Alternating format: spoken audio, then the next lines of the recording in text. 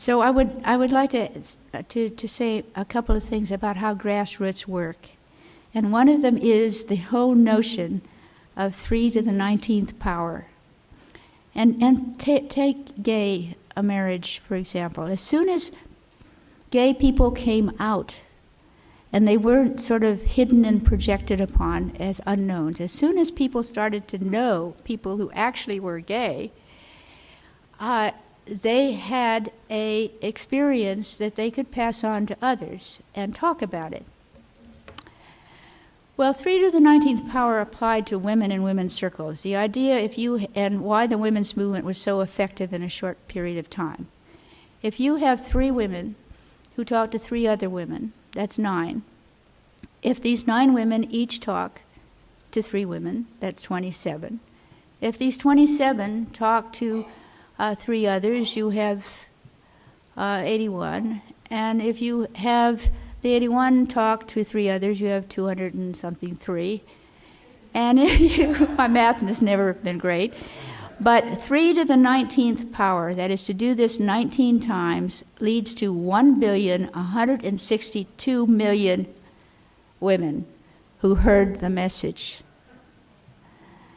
And if you think of it as a circle, and a circle proliferates faster because there'd be, say, 6 people in that circle, now looking retrospectively, you can look back and understand how and why the women's movement was as effective as it was back then. And then we had the geometrical progression. This is geometrical progression, which the book by Malcolm Gladwell, Tipping Point, really showed how things can move and do move. Now, at the UN, I wrote the Moving Toward the Million Circle for the UN women I saw, because I wanted to emphasize how it was that they were each completing their assignment. And with this, I talk to each of you. What's an assignment, really? I mean, I work with people who need to find, if you find your assignment, you have a passion in your life, you are involved in what you are doing. And an assignment comes along with your name on it. Usually it's related to who you are and maybe what you learned through your own suffering somewhere along the line. And I call an assignment one that only you can recognize from within. And there are 3 characteristics of an assignment.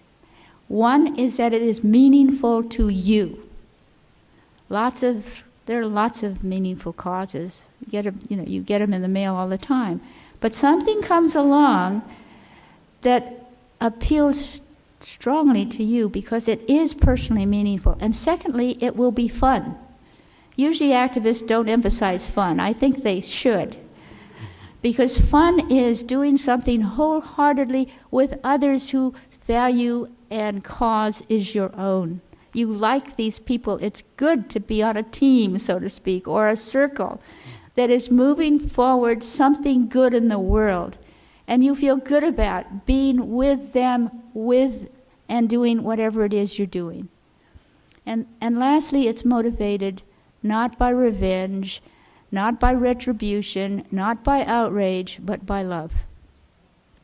And sometimes it shows up first as outrage because something you love is being trashed, or somebody vulnerable you care about is being hurt, or some trees or some animals are being used as things.